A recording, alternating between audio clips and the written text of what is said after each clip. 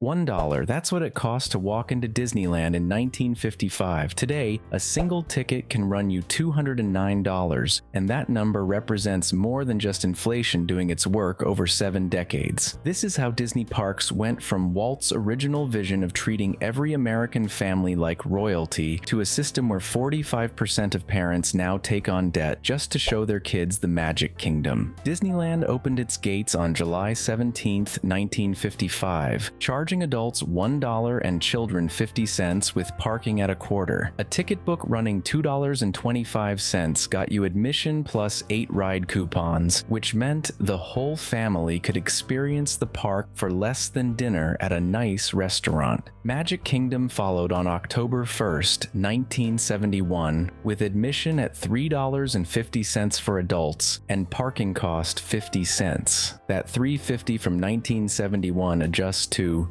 roughly $27 in today's money, but peak tickets in 2025 actually cost $209. Disney charges nearly 7 times what inflation would predict, and the ticket itself is just the beginning of where your money goes. FastPass launched in late 1999 as a simple system where you'd grab a paper ticket from a kiosk and skip the standby line without paying an extra cent. FastPass Plus arrived in December of 2013, adding app-based booking up to 60 days ahead for resort guests, and it remained completely free. The pandemic changed everything when parks closed March 16, 2020, and when Walt Disney World reopened that July, FastPass didn't come back with it. Genie Plus replaced it on October 19, 2021 at $15 per person per day, and today it goes by Lightning Lane MultiPass with prices ranging from $15 to $45 depending on when you visit. Top attractions like Tron tack on another $15 to $25 each on top of that. October 2024 brought the Lightning Lane Premier Pass at $300 to $400 per person for a single day. A family of 4 choosing this option watches over $1,000 disappear before they even think about food, all for a service that cost nothing for over 2 decades. Parking follows the same pattern of steady increases. That 25-cent spot at Disneyland in 1955 now costs $35,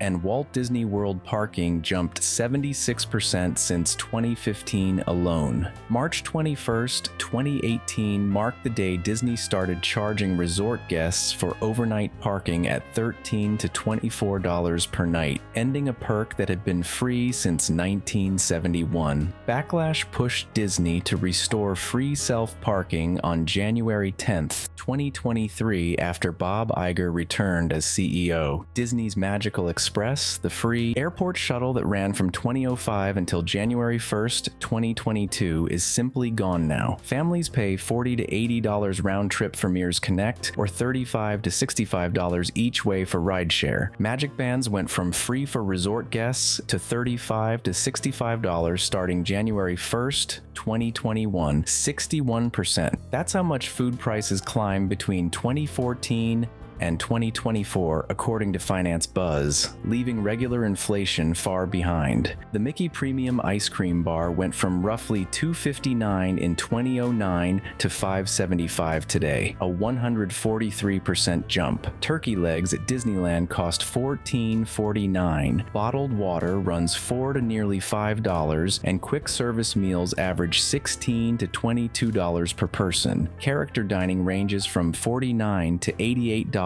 per adult, with Cinderella's Royal Table charging $88 for adults at dinner. For perspective, the Town Square Cafe at Magic Kingdom offered complete meals for about $2 per person in 1971.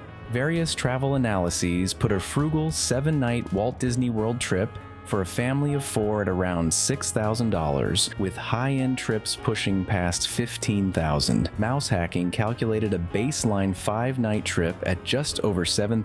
LendingTree surveyed more than 2,000 respondents in June 2024 and found 24% of Disney visitors took on debt for their trip, up from 18% in 2022. Among parents with children under 18, 45% took on debt averaging nearly $2,000 per family. FinanceBuzz found Disney ticket increases averaged 69% from 2015 to 2025, while national inflation rose just 36%. Six Flags Magic Mountain increased just 10% over those same years, and SeaWorld, Orlando actually dropped prices by 9%. Bob Iger addressed the tension in March 2023.